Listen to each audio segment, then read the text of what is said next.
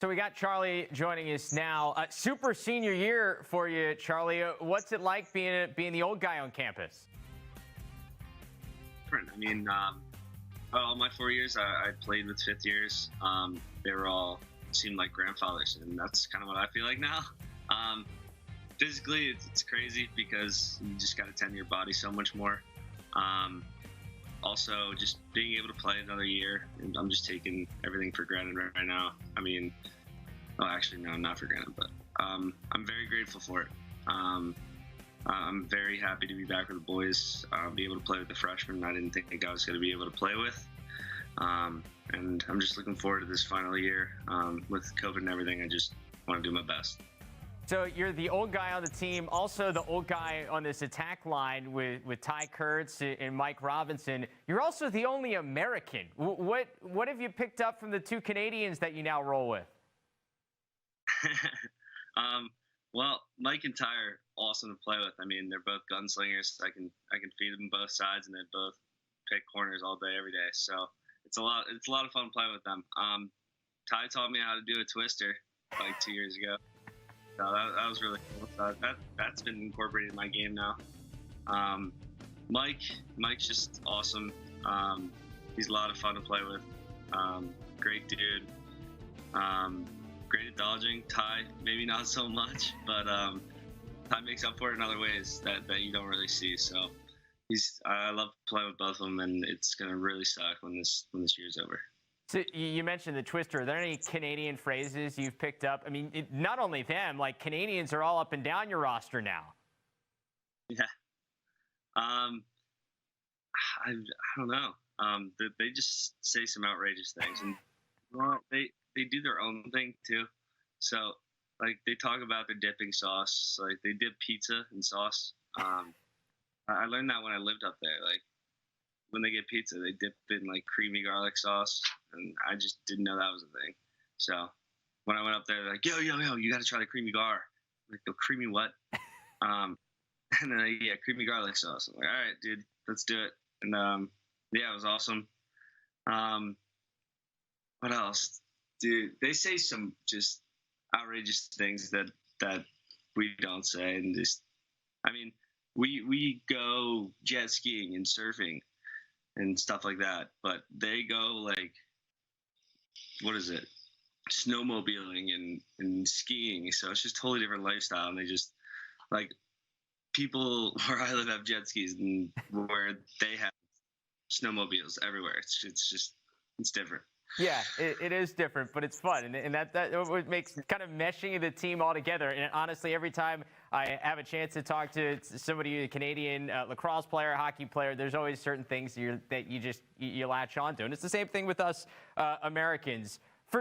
Back to on the field, you missed the Mount St. Mary's game. Obviously, most of your attack unit and a bunch of guys did. What was that feeling like? Especially, you're so pumped to come back for one more year, and then all of a sudden you're out right away. Yeah. So we went on like a week pause, and then a couple kids got COVID on the team. And then probably a week or 10 days in, I ended up getting COVID. So that sucked.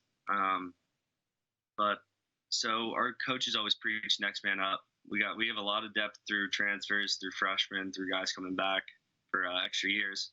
So we really thought we were prepared for that game.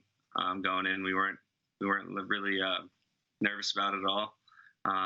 But yeah, we ended up dropping it, but we learned from all of our mistakes there. We're still shifting people around, finding the best spots for us to be successful. I know in all of this, your first game back, I believe the goal scoring streak for games came to an end for you. Was it bittersweet? Did it take the pressure off? What's the feeling? Definitely bittersweet, I'd say. It was awesome, and I kind of see this fifth year that I have as something that no one else really got. So I feel like that streak probably should have stopped last year. You know, obviously I didn't not score on purpose, but I wasn't really prepared physically, mentally for the field yet when I went back on, because of the pauses and the constant stop and go from all this COVID stuff. So I mean, I just didn't. It's just ended, and pressure's up. I didn't feel too much pressure about it, but It's just nice to be able to just not have people look at me and be like, oh, okay, that's the guy with the streak, you know. So. I mean, I think it says it all when I'm out there on Lacrosse Twitter, which is ridiculous as it is. But Mike Robinson's scoring 9 goals, and somebody's saying, "Yeah, but Charlie Kitchen hasn't scored one yet." It's like, well, the dude's got 9, so let's focus on that. Yeah, it's definitely crazy. Finally, in talking to Mike Robinson, we learned that you give yourself tattoos. Is that true? Where did that come from? Yeah, I give myself that. So my brother and I just like tattoos in general. I think I have like 17 now. I just got a bunch. Okay. But, so Christmas 2 years ago, he decides to get me a tattoo machine for Christmas. All right. And you know what? I like doing art. I like drawing, and I like doing kind of that stuff for all my free time. But he thought it'd be a good thing for me. Like, try a tattoo. You can make a lot of money with it. Like, all right, sure. Yeah. And I ended up tattooing myself like 5 times. So I did this one. It's for my grandma's favorite number. Turned out probably the best out of the other ones. The other ones are just kind of cat scratch on my thighs. But that's practice, I guess, right? Yeah, so you practice on like this spots that can get hidden by shorts and stuff, and then before you get to the good stuff. Yeah, exactly. Is that a future, or is that just a side project? Oh yeah, that's definitely a side project at this point. I thought it could have been a future, but then nah. Fair enough. No, well, but, hey man, we can't wait to see you back out there this weekend against Fairfield. We appreciate the time, and good luck. We'll catch up again soon. Thanks so much, Travis. Have a good one.